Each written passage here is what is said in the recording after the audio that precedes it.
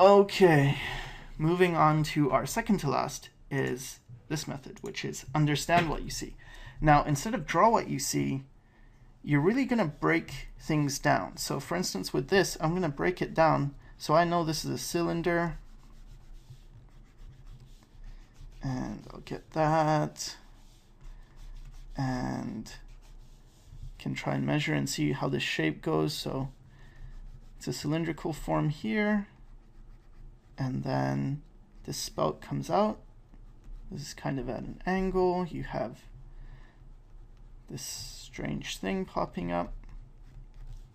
And you can see it kind of looks three-dimensional. I know where the handle's coming from because I can just see it must be coming from behind there.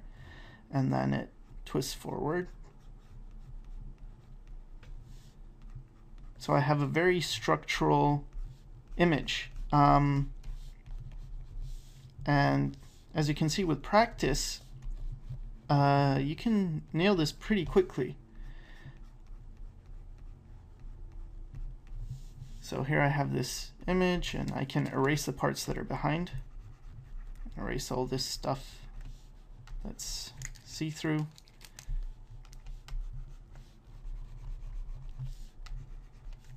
And here I have my pot.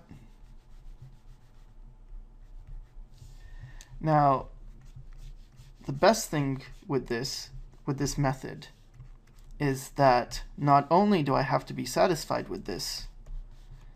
Let's say someone said, okay, I like that, but can you turn it? Well, yeah, because it's just a cylinder. Let's say they said, okay, what would it look like from a different view? Well, I know it's a cylinder, so I can get that basic cylindrical shape down. Then I know it kind of curves in up here.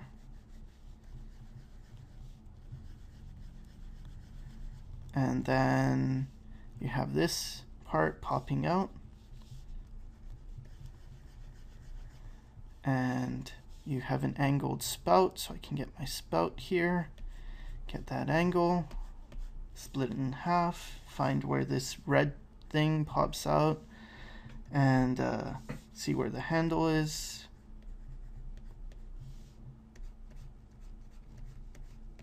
And there, like, I've drawn it from a completely different view. And this is all because I understand forms. I understand, what I'm seeing. So let's go over the pros and the cons. Well, the pros are that with reference, and again, I am using reference here, but after a while I don't even need to because I'm building up my visual library, but there's nothing wrong with reference. Like, it's only going to help you. Even if you want to do something from imagination, even if I wanted to add parts to this, using reference isn't going to be a bad thing. So with reference, you can draw anything from any viewpoint if you have this understanding. You can draw from imagination too, because to do this properly, you have to understand your proportion. You have to understand your perspective, your anatomy.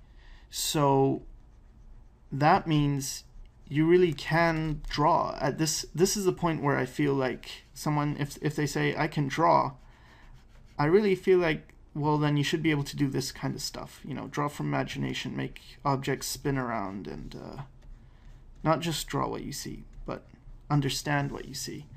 Draw things from imagination, anything, really. Like, just, you should be able to draw anything. It doesn't mean you can't use reference. You totally can, but you should be able to draw it. And another pro is that you're professional level if you can do this, meaning you have skills that other people want. You could be a concept artist, you could be an illustrator, a designer. This is where it turns into art being a hobby, and it goes from that to art being your career. You can, figure out how to make a living off art. The cons, though, there's really only one con I can think of using this, and that is just, it's not really a con, it's just more of an investment. This takes time. This takes years and years of practice. and not easy practice. It's you know, you got to work your butt off to be able to do this. And you can get to you know, a decent level. Maybe you're not I mean, I'm not perfect for sure. I have a long way to go in drawing, but you can get to a level where you might not be able to do things really, really well, but you still have an idea of this. You have an understanding of form and things, and it's still going to be good enough to get you professional work. It's also going to be good enough to help you create the step-by-steps. Instead of following, you know, how to do a step-by-step of something, you can actually break it down yourself. Yeah, so that's that method.